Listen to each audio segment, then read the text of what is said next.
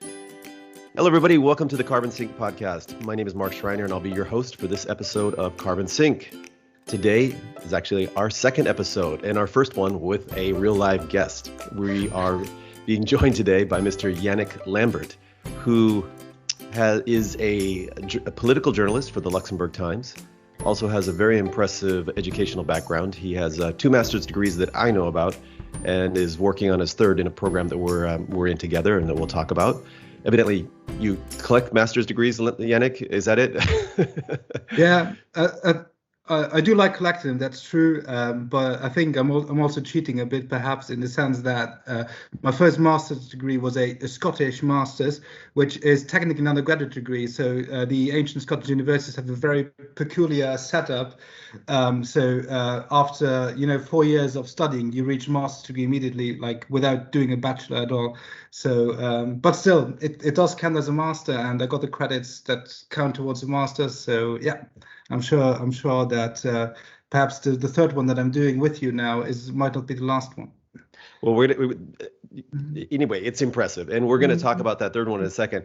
The other thing that I was really impressed with your academic background is that you speak 7 different languages. That is, how do you keep 7 languages straight in your brain? How does that work? Well, I think that the proficiency in languages is a very relative concept, and it's something that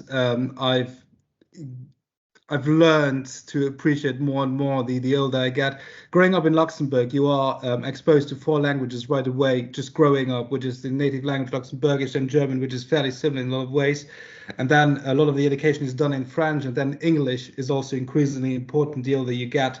So that is just the basics that everyone in Luxembourg has. And I would say I'm not even particularly good at those languages, but because I had, the chance of growing up in that country, I was exposed to learning languages from a young age onwards, and that made it easier for me to learn other languages. And yes, I was always interested in linguistics to some degree, and especially in the European comparative linguistics and all that. So I decided to study that. Did a bit of Greek, Russian, and focused on Sanskrit because I had a strong interest in ancient Indian culture and philosophy, which is what I wanted to do for a PhD. But life can surprise you with certain things. So I took a bit of a different path afterwards. Well, that's very, very impressive and super cool. And then the Sanskrit, I mean, because that's got to be challenging to get started in a language like that. I understand the relative, ease is not the right word, but it's much easier to say if you have a foundation in French to go to Spanish and Italian, but to jump all the way out and do something else, very impressive. Let me ask you this. What interests you? We're both students in the University of London SOAS program, Global Energy and Climate Policy Master's Program. What attracted you to the program?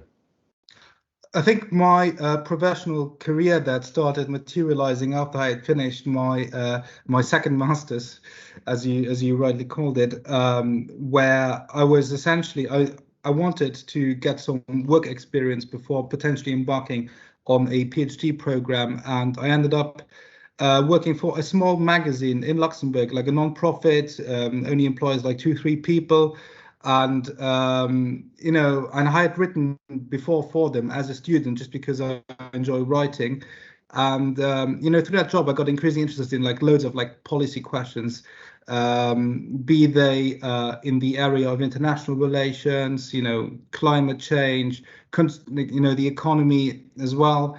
And through that, I started to appreciate those areas more and more and wanted to learn more about it. And then I also, I tried out a different job, at the UK embassy in Luxembourg as well during Brexit, which was quite interesting. So I learned more about like foreign policy and increasingly also about climate, because climate policy is one of the UK's focuses really at the moment as well, to create like a post-Brexit identity and all that jazz. And I thought like what is really important to me is to have not just like the professional exposure to these issues, but also an academic background in them, because I had proven to myself before that I could delve deeply into certain topics I was interested in, but they were essentially not related to the work I was doing.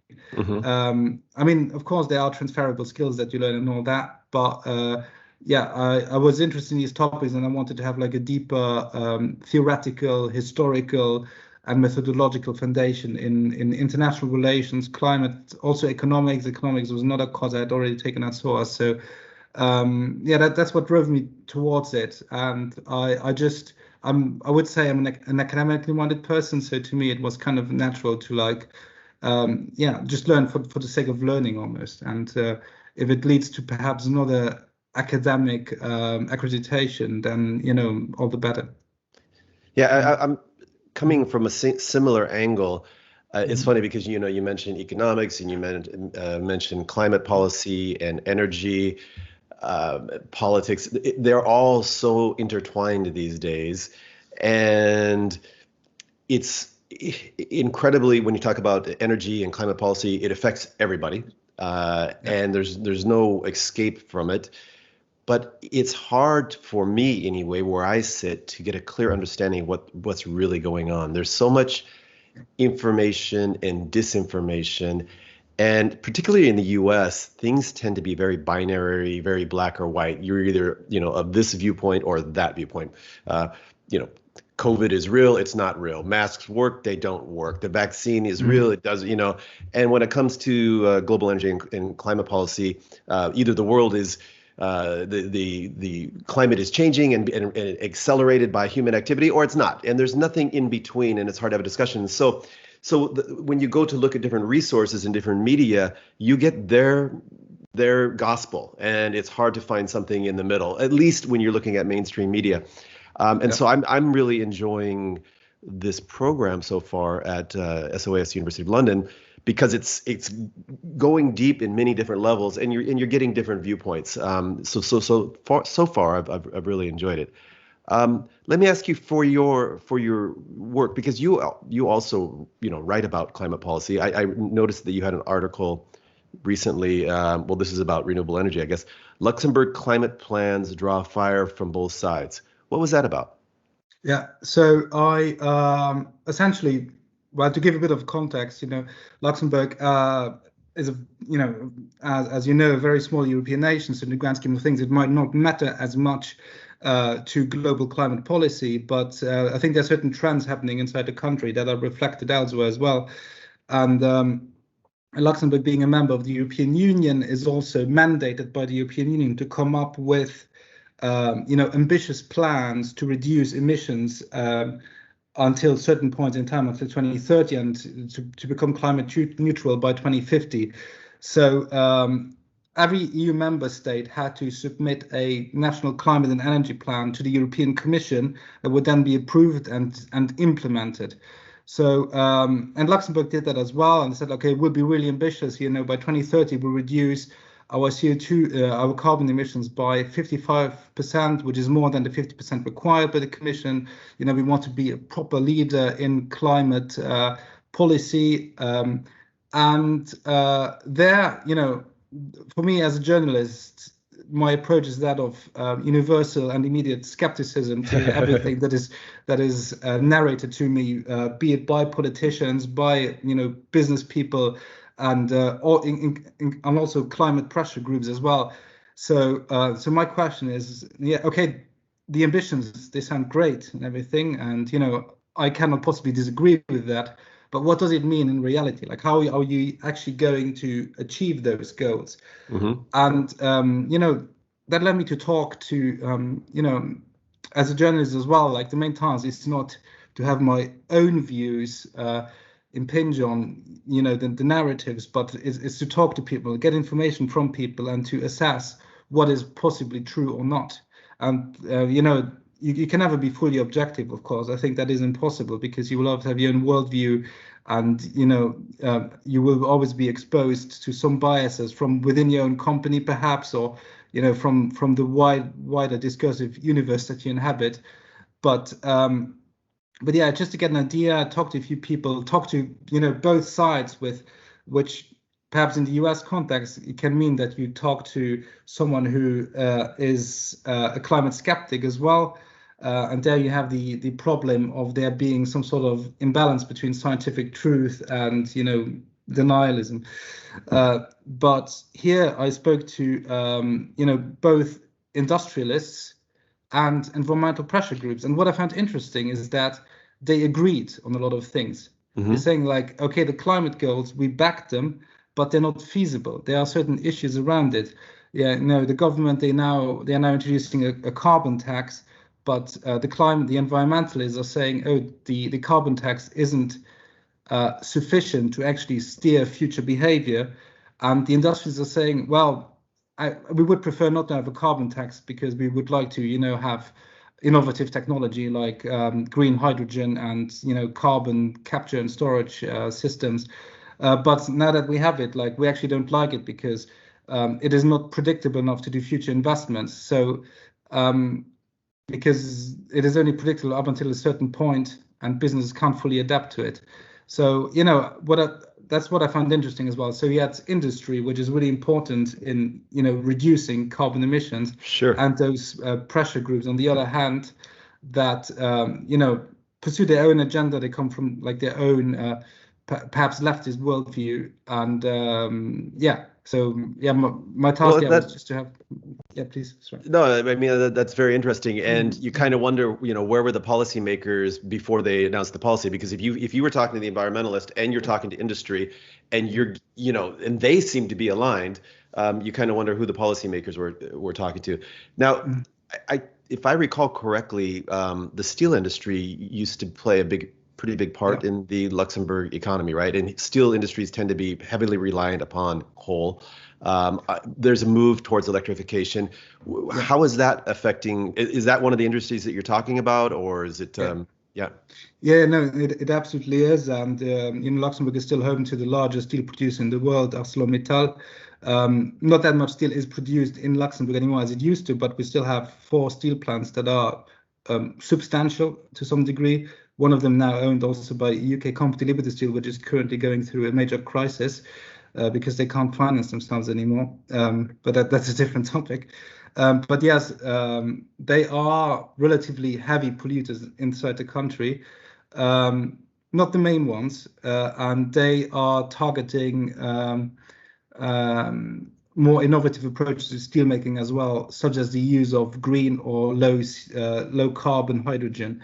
What that means in reality remains to be seen, because currently the technology, from what I've understood, isn't quite there yet. And it's definitely going in that direction. Yeah. Well, you mentioned that they're not the largest polluters, though, and I'm assuming that you're talking about CO2 emissions as a pollution. It could be. You could confirm that if not. But what industries are the biggest troublemakers? In the context of pollution, yes. Sorry. In the context of carbon emissions, more specifically, and I think also pollution generally, when we look at fine particles and other oxidants, is the transport sector in Luxembourg. Interestingly enough, which accounts for around 70% of all carbon emissions, and that is mostly because Luxembourg has dirt cheap fuel prices. And it being a small country surrounded by Germany, France, and Belgium, it attracts loads of cross-border commuters, and that fill up their cars or their trucks in Luxembourg, and that in itself, contributes massively to the that in itself is responsible for the majority of carbon emissions in the country, and so we have really cheap fuel prices.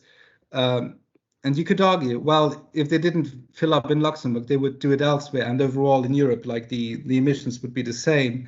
But at the same time, it does raise questions about like the sustainability, about like the business model that we have. And the other interesting fact as well is there, because Luxembourg has a substantial welfare state, like most European countries. A lot of that is funded by this. We even have a term for it. We call it fuel tourism. Okay. So. Not the most exotic sounding, but you know what? It works. Yeah, so it works. Yeah. So that's interesting. I've seen several studies that have shown though that when energy prices go down, energy consumption goes up, right? And so to your point that, well, if we raised prices or were somehow to put the brakes on that people would just buy it someplace else. Well, maybe they would, maybe they wouldn't. Maybe they would just do less driving, or they'd get more fuel efficient cars. Coming from the States where, the SUVs are the norm, and and we still complain about our gas prices, even though we have some of the cheapest gas in the world. But people. It's the same here. I think Luxembourg is very comparable to the US in some ways. Like I've been to the US a few times, and there's some striking similarities. Like there's a similar car culture, and also fuel prices are low, but people still complain about it a lot. And it's a country of paradoxes too in that regard. Right. So like another interesting thing to mention perhaps in that regard is that Luxembourg made all public transport completely free just a year ago.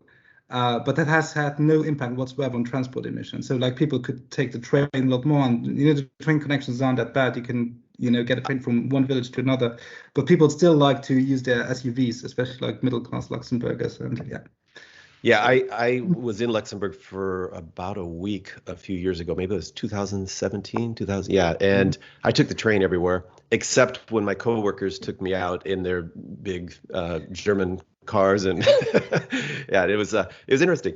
Well, let me ask you, because you look across all the EU, and you understand that obviously the dynamics. I'm sitting here in North America, in the US, and we have two political parties, and you have multiple political parties in every EU member state.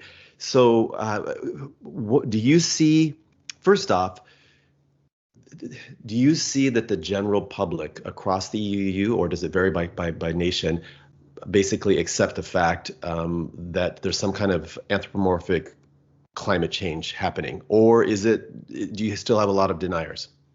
I think that overall most people accept that climate change is human-made and is anthropogenic. I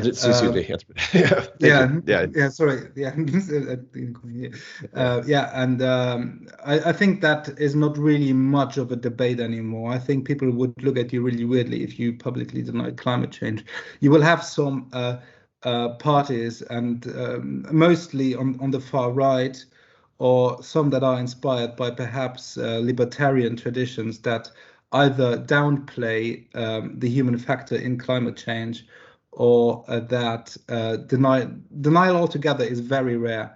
It's rather a matter of downplaying. And I saw on the years as well, like recently, like more and more Republicans are acknowledging like the human-made nature of climate change. So, but I think it's less rare, but it's less common, that sort of denial that you would more openly encounter in US discourse, be it in media or be it politically. You just had a president who was somewhat of a climate change denier in some regards. Luckily, that has changed. But just hang around for another 4 years, and it welcome to America. The pendulum swings. It goes back and forth from do you see? Are some countries like from where I sit, it seems to be that Germany is very progressive in terms of developing a comprehensive plan to reduce carbon, adopt renewable energies. Does it vary? Do you have? Which countries would you consider progressive, and which countries would you consider to be laggards? I think the most progressive country right now in Europe is probably the UK when it comes to combating climate change. They have really managed to reduce their carbon emissions more substantially than I think any other large country in Europe, at least. Italy does quite well as well. They don't get as much media coverage, but they also do quite well, I think, in some regards. And the UK has, really managed to get rid of coal as well, which Germany hasn't quite. And Germany is still, I think, opening a new coal plant, like as of now, essentially. So there are some issues with the German approach as well. Also, like in the way they got rid of nuclear energy just very abruptly because of internal political pressure after Fukushima. And I think another actor that is doing rather well, or that has at least good prospects, is France, because the French, they are, and this is something I've only read recently, like they were just comparing like public investments in like renewable energy and all that. They are investing more than anyone per capita right now in renewable energy. So I think some countries are doing rather well now. There is an increasing sense of urgency. Maybe it is a bit too late for some, that I don't know, but the big countries, they are trying to change things now, and they are increasing pressure on some of the laggards, including I would include Germany there, at least until recently, despite their public rhetoric of being a climate change leader, and other countries such as Poland that are heavily reliant on coal. Yeah, it's interesting because we've had some readings in our course directly that relate to, for example, with the UK, their reaction to Fukushima was let's learn from this, and it was a real anomalous happening that happened, and there were some poor security practices in reporting. We can learn from that, and we can keep nuclear and improve on it. Whereas Germany, as you said, just shut things down, and that's a huge thing. Is that the main factor that's behind the UK's reduction of carbon, or are there other factors as well? I think there are other factors involved as well, and I wouldn't say I'm necessarily an expert in UK policy.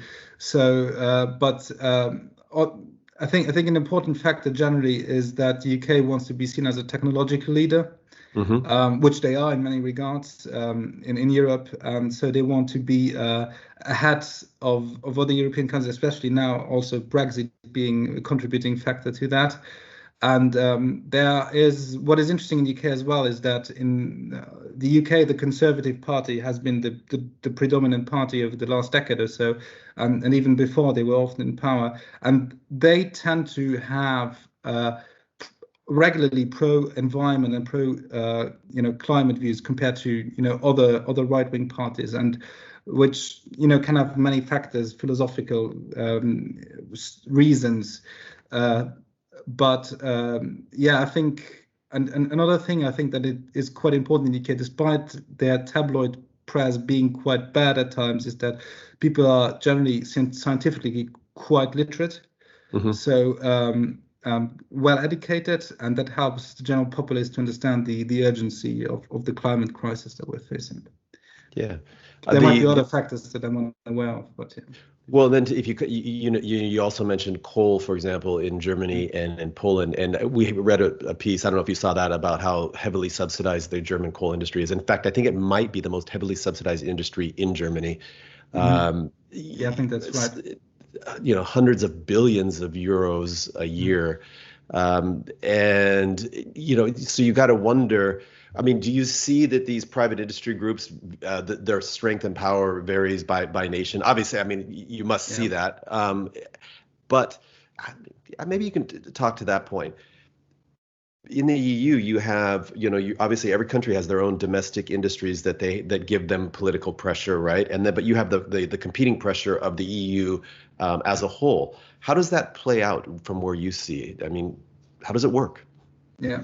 I mean, the EU is essentially a heavily negotiated compromise in most ways, and that applies to climate policy as well. So quite often what the EU can do is the lowest common denominator that is available, and that can have, of course, an impact on climate policy in the sense that countries don't feel forced to do enough.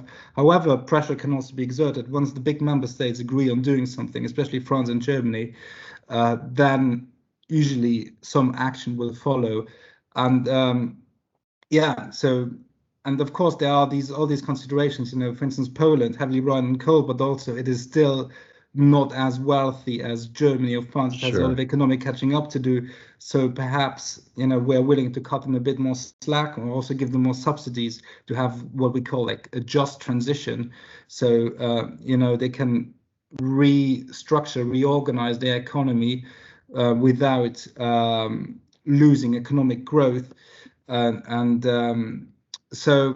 it's always, at the end, is a result of difficult negotiations, and loads of different factors need to be taken in account. I think Poland initially wanted to block if I'm not mistaken, the EU's ambition of reaching climate neutrality by 2050.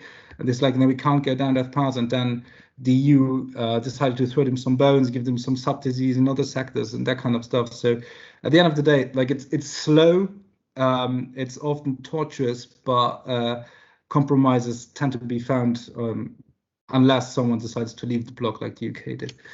Yeah, well, it's a great experiment so far. It seems to be, for the most part, working. It's interesting. One of the objections that you hear in the US against renewables or transitioning our energy systems to a more sustainable platform is look at China. China, they're burning coal. China's polluting, so why should we stop? And it's, at its core, I get it, tends to be a bit simplistic, right? But do you hear the same kind of argument or objections from different EU states or just people in the EU? Are they concerned about China or the fact that America is not doing its job? Is that an excuse for us not to clean up our backyard? A bit. I would say that is a factor in public discourse to some extent, because people always in Europe, they like to point at the fact that per capita we emit less than the Americans, and in total numbers less than China. So we say, we're already climate leaders, so we're doing quite well. Not realizing that we're not doing enough yet. So it can be used as an easy excuse to feel complacent and to feel satisfied with what we have achieved so far, and not realizing that these things can change very quickly. And China is also at the same time investing a lot of money into research and development, that is a factor for sure. And people especially like to there's this kind of cultural combat between and I think that's something that's perhaps taking place more in Europe than the US, between the US and the EU, because we're so exposed to American culture, through media, through cultural imperialism. Cultural imperialism, yes, which is the English language as well, that exposes us to it immediately, and the US being the number one geopolitical force in the world, all these ramifications. It can get kind of annoying sometimes, right? Yeah, it can, but we get used to it, and as a reaction, people develop like this kind of own sense of like European exceptionism or supremacism. It's like, but at least we don't pollute as much as the Americans. Our cars are cleaner, and so that's kind of a reaction to it as well. And it can make us complacent, I would say, and there's a real risk there, because I also think like the US is perhaps much nimbler than Europe in a lot of ways, and so things can change very quickly once there is political will, and you have a very strong innovative private sector in the US. So if Europeans don't pay attention, then the US could be more of a climate leader than Europe in a couple of years, and very quickly as well.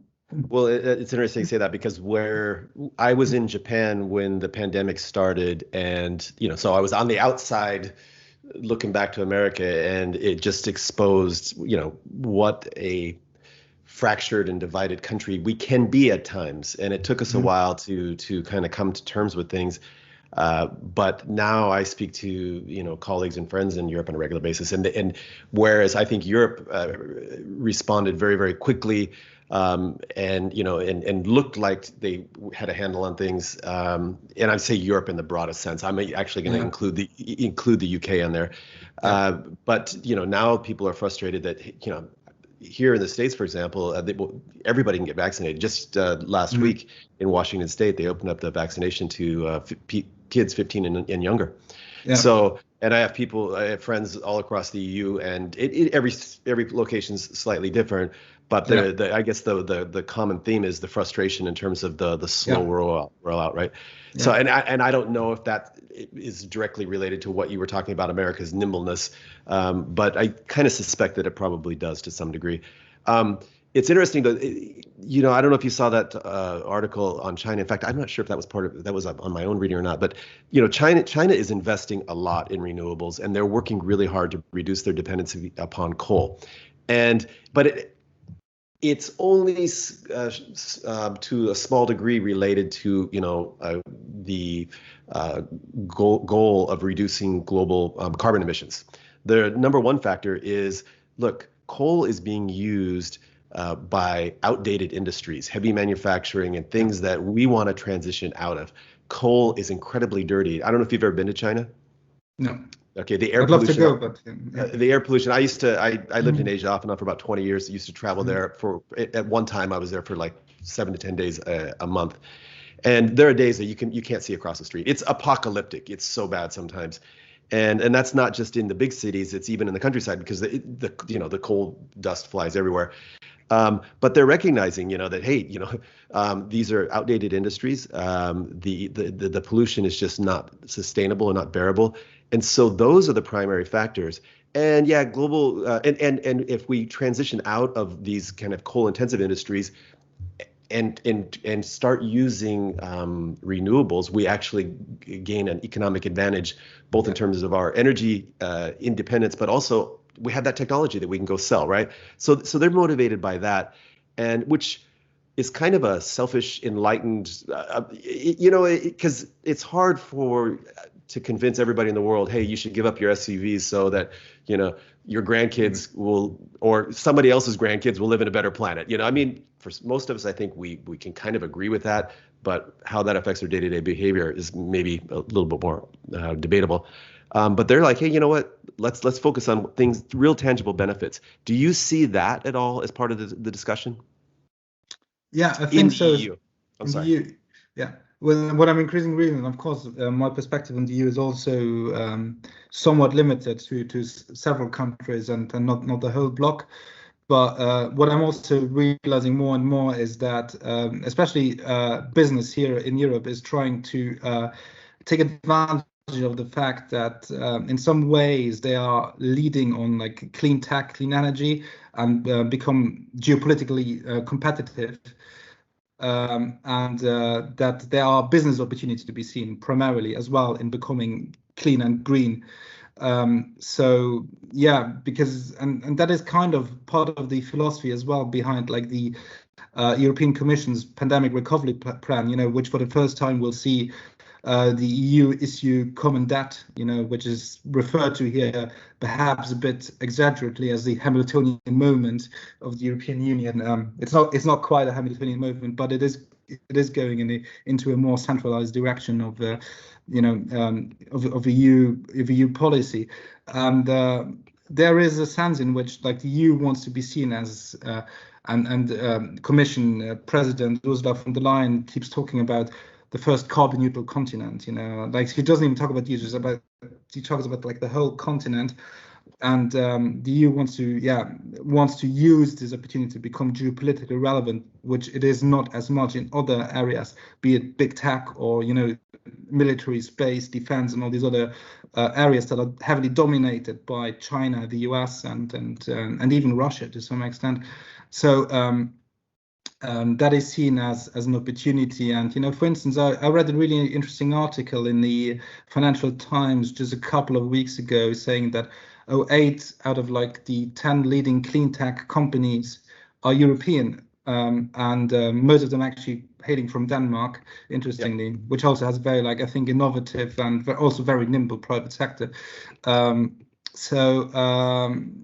think that is increasingly becoming a realization that if we want to survive as a geopolitical entity in the 21st century, which is increasingly marked by perhaps hostilities but certainly competition between different blocs, and is moving towards multipolarity to some extent, then we have to really find niches where we do well and where we can have strategic advantages perhaps over others to secure our own future. Well, and that's one of the exciting things to me about this whole energy transition. If you look at fossil fuels, you have 3 different dominant fuels right now, petroleum, natural gas, and coal. and they're heavily commoditized.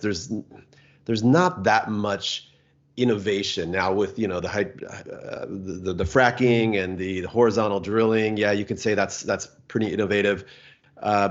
But when you look at all the different types of renewables that are being developed, and all the different types of applications for them, and in the storage techniques, and there's so many different rabbit holes and what I guess you could call niches that a company or a country could specialize in. I think with Denmark, it's wind power, for example, is one of their main strengths, right? But even in wind power, there's different rabbit holes or niches you can go down. So at least in the beginning, it would seem to be very difficult for 1 or 2, 3, 5 large global companies to come in and monopolize that, which makes it, to me, seem very exciting. It's kind of like Silicon Valley, with its initial explosion in entrepreneurial activity, and then now with the previous .com and what continues to go, with all the innovation there, I can see this happening in multiple different areas, and maybe you're right. Maybe different countries and different regions have certain specialties, but I'm pretty excited about it. Are there any particular individuals in the EU? Like obviously here we've adopted Elon Musk as one of ours. Okay, very innovative entrepreneurs. But do you have personalities like that in the EU that people are up at the forefront going, hey, this is the way to go? It's a really interesting question, and it's something that I haven't asked myself as much, because I think that at least when it comes to business, we have perhaps fewer or less of a personality cult around certain people. So if you ask me now, like, could I think of anyone that is leading on that front in Europe? I couldn't mention a name. And it is interesting though, right? Because and again, I don't know how much of a content bubble that I'm sitting in here in the US, but I hear about Elon Musk. I hear about obviously Bill Gates, and he just wrote his book, of course. Yep. And Mark Zuckerberg's doing this, and back in the day, Steve Jobs was probably the iconic business leader that was always on the in the news. But I can't think of too many Europeans, and maybe that's a cultural difference as well, where you're not supposed to get up and beat your own drum too much.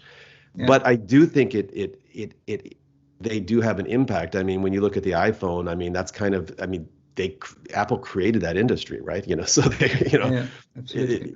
And with the electric cars, here in the US, when he started talking about electric cars, I mean, nobody believed that it was.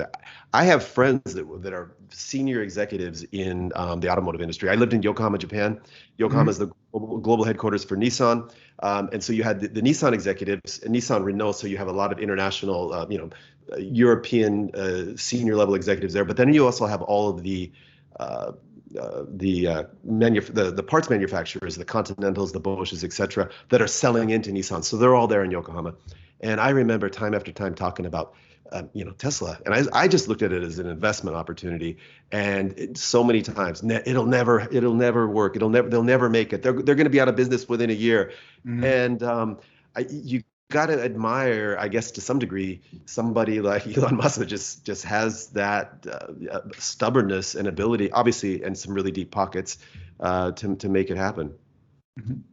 Absolutely. What is interesting in that regard as well is that Europe in some ways is following Tesla's example there, because partly because of Tesla that companies like Volkswagen and Daimler and Mercedes and so forth are increasingly investing in electric cars and in electric car manufacturing and exploring Chinese markets more and more with that. So there is certainly something to be said about like the leadership that individuals can have. I think in Europe, the culture is more to look at business leaders with a very strong dose of suspicion. You have there's perhaps less. No, I think that's healthy. Speaking of which,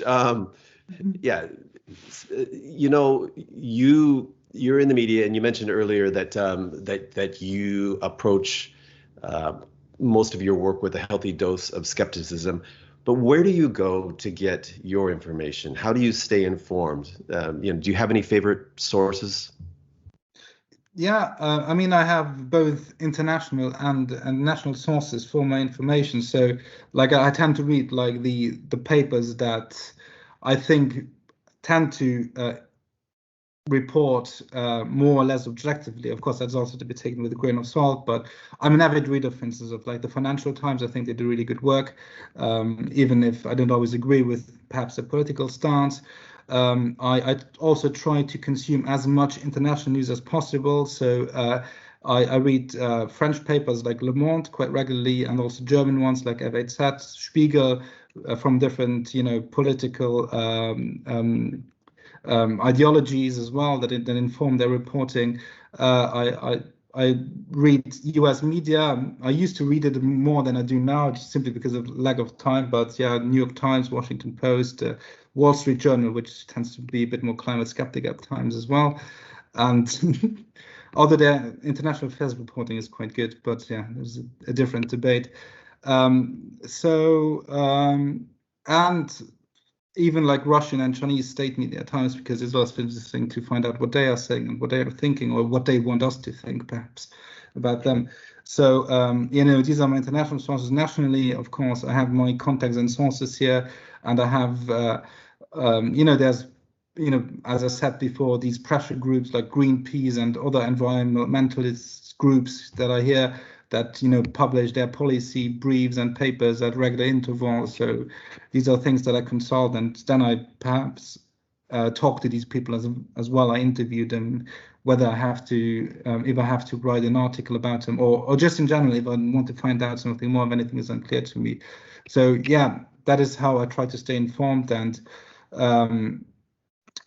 including government officials, although less and less so recently, because I'm just kind of realizing that they're not giving me anything useful. They're just giving me spin, Right.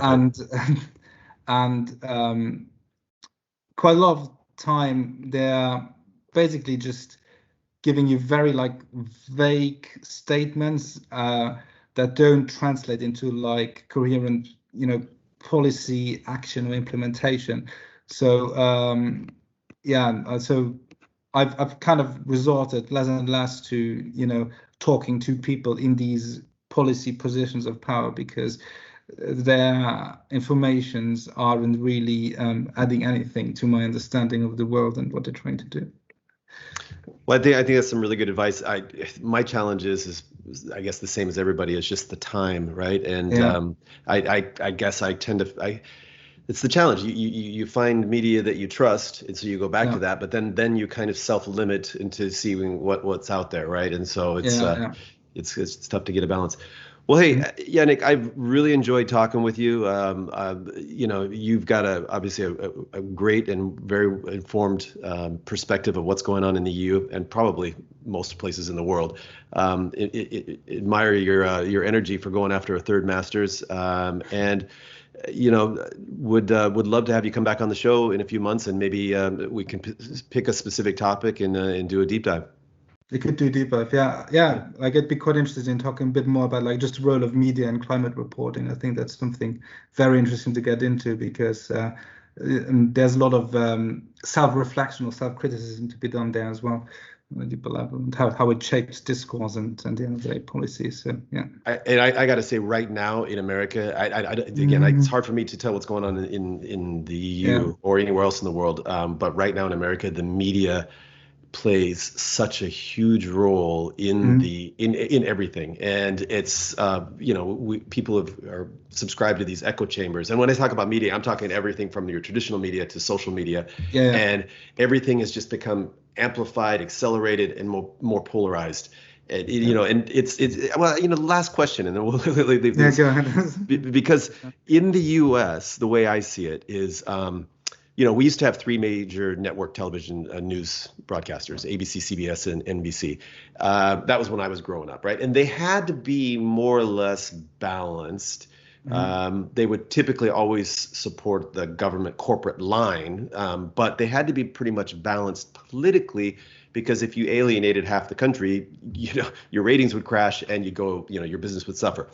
These days, there's the media has their core audience, and they give that core audience everything they want in order to keep them engaged and keep them clicking. And I'm talking about online, or to keep them viewing, right?